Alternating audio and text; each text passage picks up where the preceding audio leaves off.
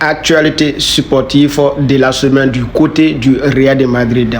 Le Real de Madrid a joué son dernier match face à Atlético Bilbao chez nous à domicile et heureusement que les Madridistas ont gagné 4-2 malgré des erreurs défensives. Donc ils ont écrasé Atlético Bilbao 4-2. Et on avait des vibrants hommages à Abeloa qui est déjà sur le départ et aussi Dani Cavaral et de l'autre côté et David Alaba. Mourinho prépare déjà son retour au Real de Madrid. Le spécial One aurait désigné ses 4 priorités sur le mercato pour remodeler l'effectif du Real de Madrid. Bonne idée pour le Real de Madrid de miser à nouveau sur Mourinho. Bon, moi, tout à fait normal, c'est très bonne idée pour miser sur José Mourinho. Quand José Mourinho, lors de son passage au Real de Madrid, dans les 4 ans qu'il a fait au Real, il a reconstruit le Real de Madrid. Il a mis fin sur la domination des FC Barcelone à cette époque. Il a mis fin sur les règnes des FC Barcelone. Donc Mourinho, il a la capacité, surtout tout ce qui se passe dans le vestiaire, il a la capacité de redresser les joueurs, de forcer l'ego des joueurs, de redresser tout dans le vestiaire. Donc c'est ce qu'il a été dit. Il a dit que si lui veut signer vraiment au Real de Madrid, il faut qu'on lui donne pleinement de pouvoir pour gérer cette équipe madrilène. Là, lui ne connaît pas des stars, il ne connaît pas de noms. Bon, il veut que les joueurs prouvent leur capacité, leur leadership sur le terrain, que c'est ce qu'il a besoin. Donc Mourinho a bel et bien raison pour son retour et moi j'ai mis sur ça. En même temps, José Mourinho veut que le Real de Madrid signe 1 ou 2 défenseurs centraux, un arrière droit, un arrière gauche, si Fran Garcia part, un milieu défensif, un milieu créatif. Nous-mêmes, on a besoin d'un bon milieu créatif. On a besoin de ça. Et aussi, les défenseurs, après les départs qu'on a vu tout récent, il faut qu'il y ait un arrière aussi droit qui va concurrencer vraiment Alessandro Arnold. Sinon, le Real de Madrid, franchement, on n'a pas besoin de recruter un grand joueur comme il faut, mais il faut des joueurs qui ont l'envie de jouer, des joueurs vraiment qui ont la capacité de créer beaucoup de choses et envoyer le Real de Madrid au sommet. C'est ce que le Real a besoin. Et aussi redresser bien le vestiaire du Real de Madrid comme il faut. C'est ce que nous avons besoin. Sinon, le Real de Madrid n'a pas besoin de grandes choses, mais il faut les vrais concurrents. Parce qu'actuellement, là, quand tu regardes l'effectif du Real de Madrid, on sait déjà qui va jouer, on sait déjà qui ne va pas jouer. Donc quand tel est le cas, que les joueurs ils ont la confiance déjà que ouais, lui va jouer ce week-end, l'autre il ne va pas jouer ce week-end, il n'y a pas bon concurrent dans les postes là. C'est pas normal du tout. C'est pas du tout normal. Donc il faut vraiment la combativité et aussi à ne pas montrer à les joueurs que nous ils ont une place titulaire. Voilà, José Mourinho, ce qu'il a dit, en tout cas, c'est ça le blême du Real de Madrid. Il faut montrer aux joueurs, lui qui veut prouver, lui qui prouve, voilà, lui il n'est pas tant. Mais si tu ne veux pas prouver sur le terrain, non, c'est ça qui est bon et c'est ça qui est logique. Moi, parfaitement, je suis d'accord sur le retour de José Mourinho, ça va changer plein de choses.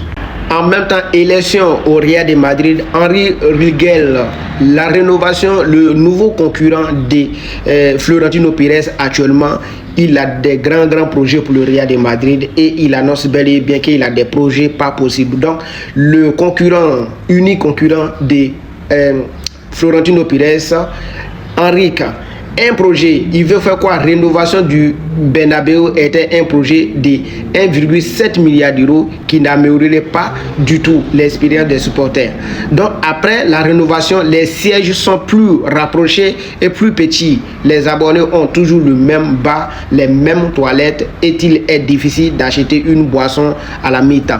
Donc ça veut dire que lui, son arrivée là, il va rénover, il va faire beaucoup de choses aussi. À défaut qu'il est là, il est en train de dire, donc ça veut dire que c'est des projets à venir pour lui, pour remodeler tout ça, pour agrandir les toilettes, pour les boissons quand à la fin du match, les mini snacks dans le vestiaire, aux côtés des tribunes et tout, les gens puissent sortir pour aller acheter des choses à boire, pour manger avant la reprise. Donc voilà le concurrent de Florentino Pérez. Et en même temps, le Real de Madrid se prépare à encore un énorme coup. Henrique, le candidat en question, candidat à la présidence du Real de Madrid, annonce qu'un accord est déjà bouclé pour signer 2 stars internationales. Mais les 2 stars internationales qui a signé là, quels sont ceux? On ne sait pas d'abord. Car le nom n'est pas encore dévoilé, c'est lui seul qui sait. Comme c'est la période d'élection au Real de Madrid, donc tout est permis. Ils sont prêts à tout pour dire tout. Donc Et après les élections, s'il est élu, on verra bien quel est le star qui a été trouvé, qu'un accord a été trouvé. Et il a dit quoi? Après, nous annoncerons probablement les noms dans les 2 prochaines semaines. Le Real de Madrid, le Real ne laisse jamais respirer le foot européen. Après Mbappé, il veut encore frapper. Qui? Vous imaginez qui? Des grands noms qui parlent, vous imaginez qui? Il a, je ne sais pas. En même temps, Florentino Pérez n'accepte pas de participer à un débat avec son concurrent Henrique. Pourquoi, monsieur le président? C'est ça la présidentielle. Quand tu es président d'un club, tu es président à quelque part, qu'il y a des élections et on vous convoque pour un débat, il faut venir sur le débat et vous allez discuter les projets, si tu es élu, qu'est-ce que tu vas faire pour le club, qu'est-ce que le club a besoin, c'est tout à fait normal. Mais pourquoi toi tu refuses de faire le débat avec le monsieur? Là, je n'arrive pas à le comprendre. Donc, Florentino Pérez dit quoi? Participer à un débat pour les élections du Real de Madrid. Il estime qu'il n'a rien à gagner d'un débat et qu'il ne ferait qu'à accorder plus de légitimité régulièrement en affrontant face à face. D'accord. Donc ça c'est un plan technique. Donc on verra bien. Les élections c'est pour le bientôt. Les gens ils vont choisir. Les grands noms que le concurrent de Florentino Pérez annonce. Est-ce que c'est Fernandes de Chelsea? Est-ce que c'est Haaland de Manchester City? Est-ce que c'est Mikel Olise? Est-ce que c'est Rodri ou Vitinha? On ne sait pas d'abord. Le concurrent de Florentino Pérez pour les élections du Real de Madrid, Henrique, affirme qu'il y a déjà des accords en place avec 2 grands superstars internationaux devient président. J'ai un accord par lequel, si je suis président, 2 grands stars internationaux joueront pour le Real de Madrid 2 étoiles nécessaires pour le projet sportif. Court, moyen, long terme, a déclaré Guilhem à la BBC. Qui est ce joueur? Est-ce que c'est Fernandes? Parce qu'en sachant que tous ces joueurs-là, le Real de Madrid a manifesté son intérêt un peu dans les médias. Donc, les amis, si c'est à vous, qu'aimeriez-vous signer?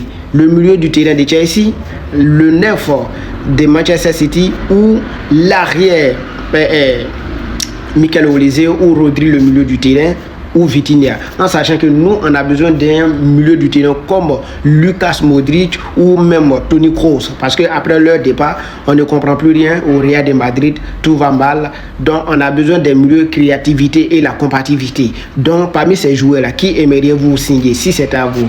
Il a ajouté qu'il va probablement révéler les noms dans les 2 prochaines semaines à venir. Il parle de qui selon vous? Selon vous, le président là, il parle de qui? Il parle de qui parmi tous ces 4 joueurs? Fernandes, Haaland, Mikel Olise? Mettez en commentaire. Ou si c'était à vous que non, la décision venait de vous, qui aimeriez-vous signer parmi ces 4 joueurs? Qui?